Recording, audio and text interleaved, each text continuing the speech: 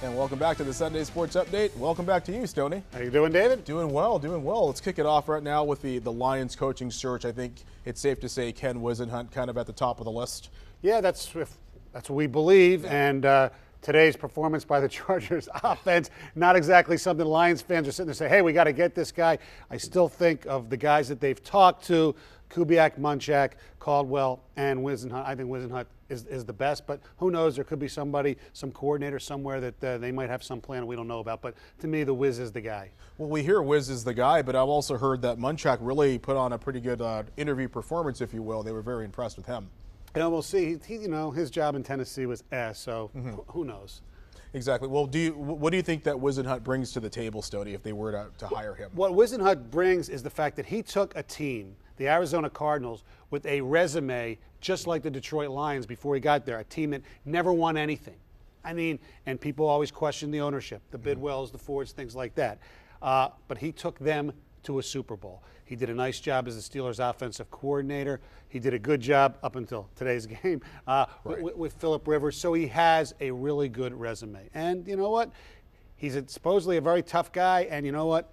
He holds people accountable, and that's what the Lions need. Well, something could happen this week. We'll see. Yep. Definitely see what the Lions decide to do. College football now. We saw Nussmeier named as the offensive coordinator at Michigan. What'd you think? Well, I think it was obvious that they had to make a change because the offense wasn't doing well. Defense hasn't been great either. But so they get rid of Borges. Nussmeier, good, solid hire, no problem with that. He's from Alabama, but who knows whether Saban wanted to get rid of him because of the Lane Kiffin thing. But a lot of controversy over the press conference. Brady Hoke, all he did was really make a statement, didn't answer questions. Okay, that's fine. David Brandon, though, I think he needs to take a step back. He's been a great athletic director as far as raising money. The money that Michigan brings in especially for the other sports that all the things that they've done. He's done a really good job with that. He's a marketer. But I'm sorry, the athletic director should not be the guy in the handshake lines at the NCAA tournament. He doesn't need to be on the field. People, this is not just me saying this, he's like Jerry Jones 2.0. He's sitting there and it always seems to be about him.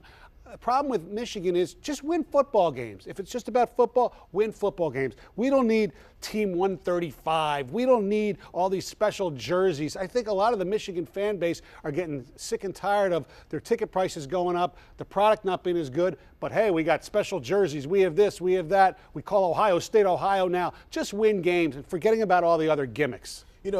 Going from football now to basketball, Stoney, for a moment, the Pistons showing a little bit of flashes of brilliance the last couple of games. Josh Smith stepping up nicely, but how long is it going to last for Stoney? Well, brilliance and the Pistons I don't think should be used in the same sentence. It was nice to see them actually compete this weekend, win 2 games. Josh Smith giveth, Josh Smith taketh. It ended up being okay yesterday. Everybody says this draft is really good, and I know they really want to make the playoffs.